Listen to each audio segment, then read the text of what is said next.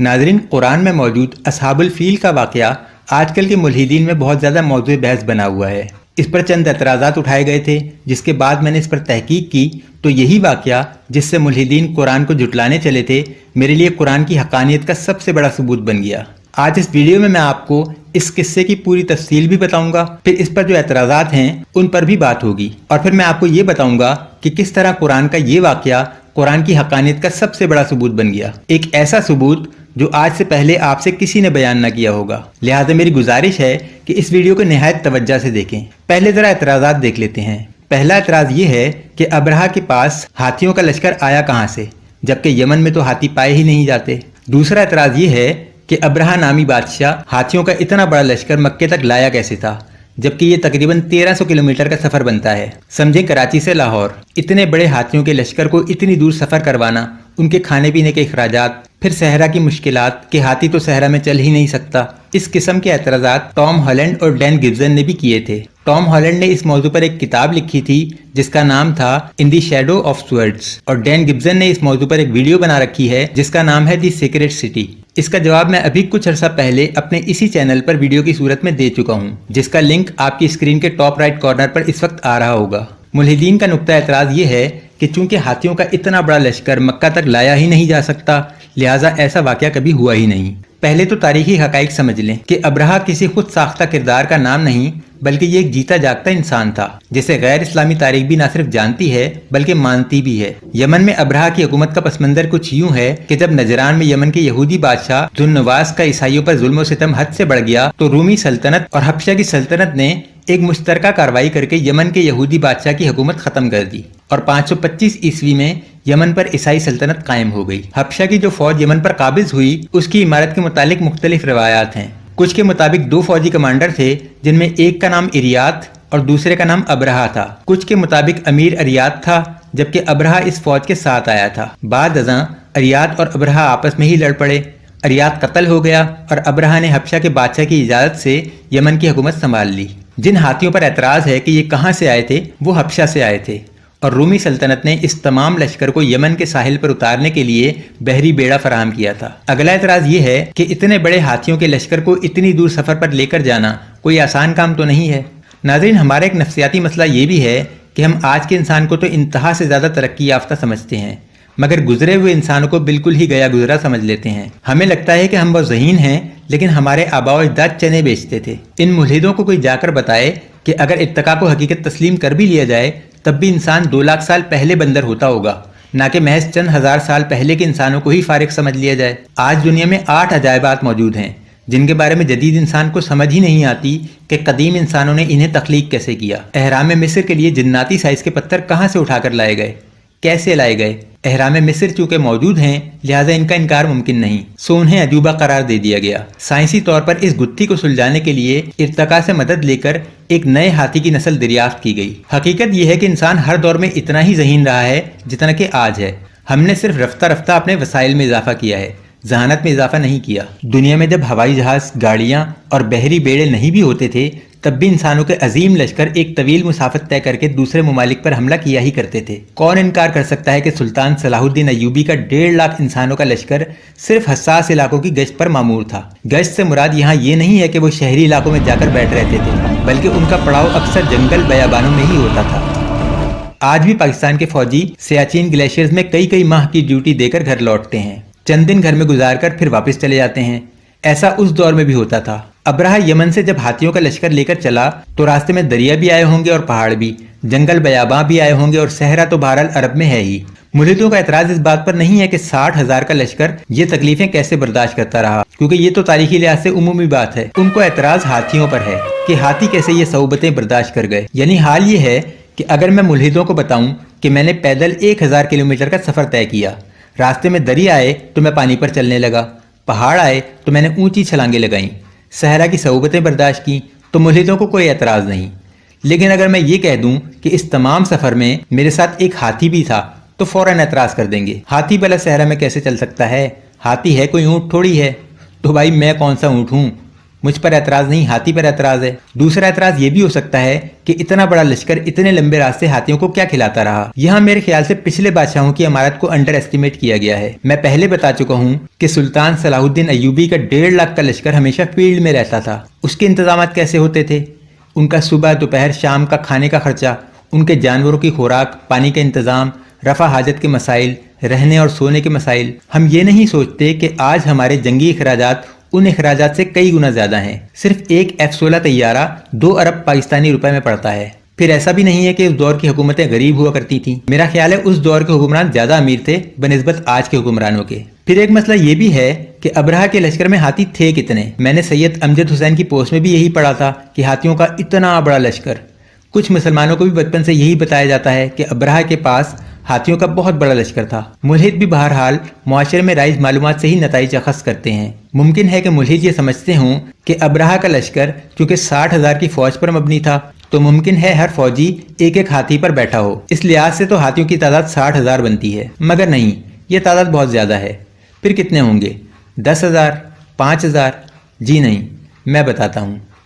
ابرہہ کے 60,000 کے لشکر میں ہاتھیوں کی تعداد محض 13 تھی۔ جی، میں نے 13,000 نہیں کہا، 1300 بھی نہیں کہا، صرف اور صرف 13۔ آپ انگلیوں پر گن سکتے ہیں۔ اس سلسلے میں 2 قسم کی روایات مروجہ ہیں۔ ابن اسحاق کے مطابق ابرہہ کے لشکر میں 13 ہاتھی تھے، جبکہ ابن عباس رضی اللہ تعالیٰ عنہ کے مطابق صرف 9 ہاتھی تھے۔ انہی 2 میں سے کوئی ایک تعداد صحیح ہو سکتی ہے۔ میں نے احتیاطاً زیادہ والی رکھی ہے تاکہ ہاتھیوں کی خوراک کا خرچہ بڑھایا جا سکے۔ آپ چاہیں تو احتیاطاً 20 کر لیں، لیکن یہ خرچہ تب بھی اتنا نہیں بڑھتا کہ یمن کی ایک بہت بڑی سلطنت کے ایک ایسے بادشاہ جس کو روم اور حبشہ کی سپورٹ بھی حاصل تھی کی اوقات سے باہر ہو جائے۔ جو بادشاہ 60,000 کے لشکر کو مہینوں کی مسافت پر مارچ کروا کر لے جا سکتا ہے، وہ 13 ہاتھی کیوں نہیں لے کر جا سکتا؟ یعنی ابرہہ کا لشکر محض ہاتھیوں پر مبنی نہیں تھا، بلکہ ہاتھی تو محض شاہی لوگوں کے پاس ہوں گے، باقی لشکر میں اونٹ بھی ہوں گے، گھوڑے بھی ہوں گے۔ صحرائی مشکلات ہاتھی کے لیے اس وقت اثر انداز ہو سکتی ہیں جب ہاتھی اکیلے ہوں۔ جو اتنے بڑے لشکر کے ساتھ ہاتھیوں کو لے کر جا رہا ہے، اس کے پاس انہیں سنبھالنے کے لیے انتظامات نہیں ہوں گے۔ اب آتے ہیں آخری اعتراض پر کہ اگر یہ تسلیم کر بھی لیا جائے کہ ہاتھیوں کا جانا ممکن نہ تھا تو کیا اس سے یہ واقعہ جھوٹا ثابت ہو سکتا ہے؟ جی نہیں۔ پہلی بات تو یہ ہے کہ اس واقعے کی واحد سورس قرآن نہیں ہے۔ اس واقعے کو عرب کے ان مشہور شعراء نے بھی اپنی شاعری میں تواتر سے بیان کیا ہے جنہوں نے کبھی اسلام قبول ہی نہیں کیا۔ پھر اس واقعے کو سچ نہ ماننے سے کئی ناقابل حل مسئلے جنم لیتے ہیں۔ پہلے مکمل واقعہ سن لیں۔ 525 عیسوی میں یمن میں عیسائی سلطنت قائم ہوئی اور ابرہہ کو وہاں گورنر مقرر کیا گیا۔ بعد ازاں ابرہہ نے اپنے سیاسی فیصلوں سے یمن کی ریاستوں میں خاصا اثر و رسوخ بنا لیا اور تقریباً حبشہ کے کنٹرول سے باہر ہو گیا۔ اس کے بعد اسے یمن کے معاشی معاملات کی فکر لاحق ہوئی۔ یمن میں کوئی ایسا مقام موجود نہ تھا کہ دنیا کے لیے اس میں کشش کا کوئی سامان ہو، لہٰذا اس نے یمن کے شہر صنعا میں دنیا کی سب سے بڑی اور سب سے خوبصورت عبادت گاہ تعمیر کروائی، جسے کلیسا کا نام دیا گیا۔ اس کلیسا کی اشتہاری مہم کے لیے لوگ مامور کیے گئے جو مختلف ممالک میں جا کر کلیسا کی عظمت و حسن کے قصے بیان کرتے تھے۔ عرب میں بھی اس کلیسا کی شہرت پھیلنے لگی۔ جن لوگوں کا یمن آنا جانا تھا وہ کلیسا کو دیکھنے ضرور جاتے تھے، لیکن تقدیس کے معاملے میں جو اہمیت اینٹوں کی 4 دیواری سے بنے خانہ کعبہ کو حاصل تھی وہ کلیسا کو حاصل نہ ہو سکی۔ ابرہہ شاید اس بات کو سمجھ ہی نہ پایا کہ خانہ کعبہ کے ساتھ کئی انبیاء کا نام جڑا ہے اور اسے ہر دور میں زمین پر اللہ کے گھر کی حیثیت سے جانا جاتا رہا ہے۔ جتنی مرضی عالی شان اور خوبصورت عمارت تعمیر کر لی جائے، لیکن وہ کعبے کی اہمیت کو کم نہیں کر سکتی۔ ابرہہ کو جب محسوس ہوا کہ لوگ عبادت کے معاملات میں اس کے کلیسا میں دلچسپی نہیں لے رہے تو اسے یقین ہو گیا کہ کلیسا اس وقت تک کوئی اہمیت نہیں رکھتا جب تک کعبہ موجود ہے۔ اس سلسلے میں اس نے جو پلان بنایا اس کی پہلی کڑی یہ تھی کہ اس نے تشہیر کرنے والے لوگوں کے ذریعے عرب میں یہ مشہور کروا دیا کہ وہ کعبہ کو ڈھانے والا ہے۔ اس کا خاطر خواہ اثر ہوا اور رد عمل سامنے آنے لگا۔ روایات کے مطابق قریش کے ایک شخص نے اس تشہیر سے بپھر کر کلیسا میں داخل ہو کر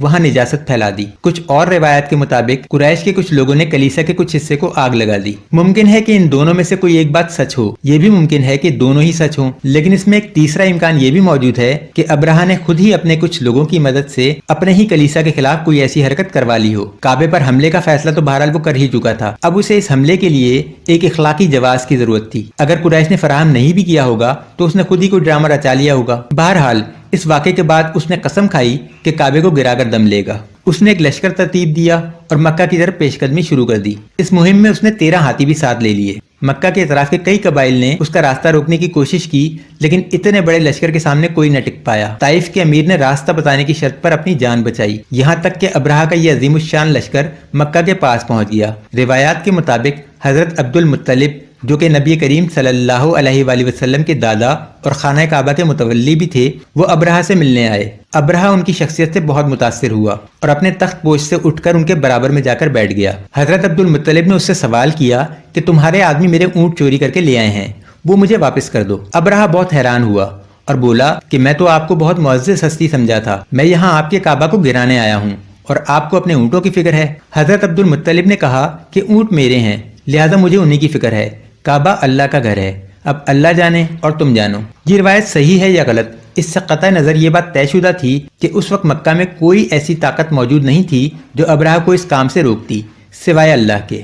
اگلے دن ابرہہ اپنے لشکر کو لے کر مکہ کے بالکل قریب مینا اور مزدلفہ کے درمیان پہنچ گیا۔ اہل مکہ متوقع تباہی سے بچنے کے لیے پہاڑوں پر چلے گئے۔ جب ابرہہ نے اپنے ہاتھیوں کے ذریعے کعبے کو روننے کے لیے پیش قدمی شروع کی تو اللہ نے پرندوں کے جھنڈ بھیجے۔ قرآن میں لفظ ابابیل استعمال ہوا ہے۔ ہم پاکستانی اس مناسبت سے یہ سمجھتے ہیں کہ یہ وہی چھوٹا سا معصوم سا پرندہ ہے جسے ہم ابابیل کے نام سے جانتے ہیں، جبکہ عربی میں ابابیل سے مراد گروہ ہوتے ہیں، چاہے وہ جانوروں کے ہوں، انسانوں کے ہوں یا پرندوں کے۔ بعض صحیح روایات کے مطابق وہ شکاری قسم کے بڑے سائز کے پرندے تھے۔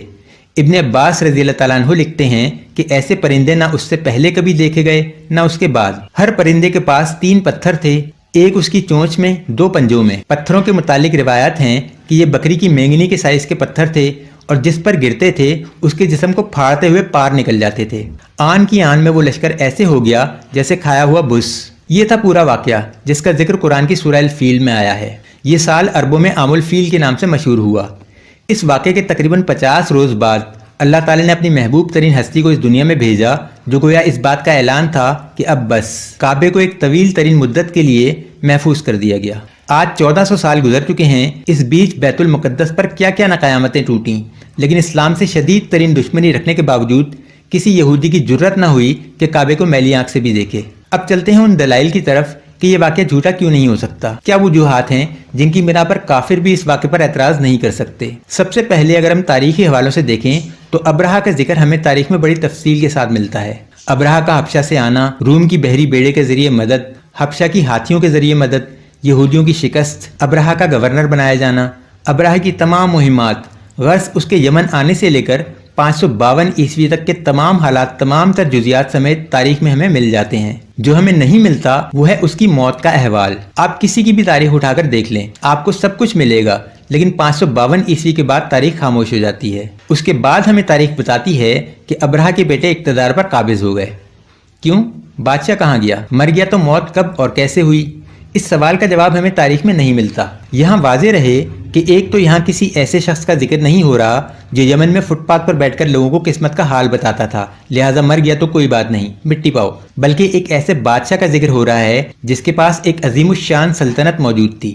یہ بھی عرض کر دوں کہ ابرہہ کی جو تاریخ ہمیں معلوم ہے وہ ہم نے کوئی کاربن ڈیٹنگ کے ذریعے اخذ نہیں کر لی جو یہ کہا جا سکے کہ موت کا احوال معلوم کرنا ممکن نہ تھا، بلکہ یہ اسی دور کے بتائے مورخین کے حقائق ہیں جو آج ہمارے پاس پہنچے ہیں۔ سوال یہ ہے کہ مورخین نے ابرہہ کی موت پر خاموشی کیوں اختیار کر لی؟ کچھ بھی نہ لکھا کہ وہ کیسے مرا، کب مرا، کہاں گیا تھا، کیوں واپس نہ آیا۔ آج ہمارے پاس ابرہہ کی موت کو جاننے کا صرف ایک ہی ذریعہ ہے اور وہ ہے اسلامی تاریخ۔ لیکن سوال یہ ہے کہ اس دور کے یمن کے لوگوں کو تو معلوم ہوگا کہ ان کا بادشاہ کیسے مرا، انہوں نے بیان کیوں نہ کیا؟ پھر اگلی بات اس سے بھی دلچسپ ہے کہ جب قرآن نے اس واقعے کو بیان کیا تو اس پر متعلقہ یعنی یمن کے لوگوں کا رد عمل کیا تھا۔ میں آپ کو اس کی ایک مثال دیتا ہوں۔ آج اگر آپ کو کوئی بھارتی کہے کہ جنرل ضیاء الحق کو ہم نے پھانسی پر چڑھا دیا تھا تو آپ کا رد عمل کیا ہوگا؟ یا امریکہ کہے کہ بے نظیر بھٹو کو ہم نے کالا پانی کی سزا دی تھی جہاں وہ انتقال کر گئیں تو آپ کیا کہیں گے؟ سیدھی بات ہے کہ ہم کہیں گے یہ سب جھوٹ ہے، بہت بڑا جھوٹ۔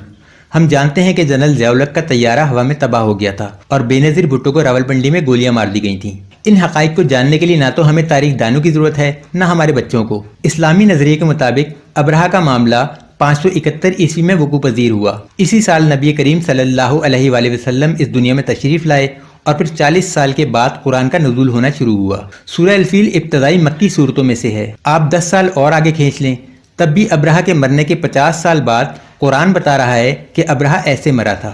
یہ کوئی صدیوں پہلے کی بات نہیں تھی۔ محض دہائیوں کا قصہ ہے۔ ابرہہ کے گھر کے لوگ اگر ساتھ نہیں آئے تھے انہوں نے اس پر اعتراض کیوں نہ کیا؟ مگر نہیں، یہاں معاملہ اس سے کہیں آگے کا ہے۔ اعتراض نہیں کیا، کوئی بات نہیں، ہو سکتا ہے انہیں علم نہ ہو کہ قرآن نے ایسا دعویٰ کیا ہے۔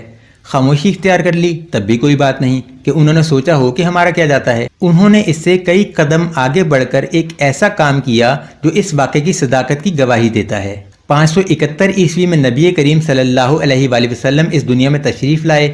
تقریباً 40 سال کے بعد قرآن کا نزول شروع ہوا، یعنی 611 عیسوی سے۔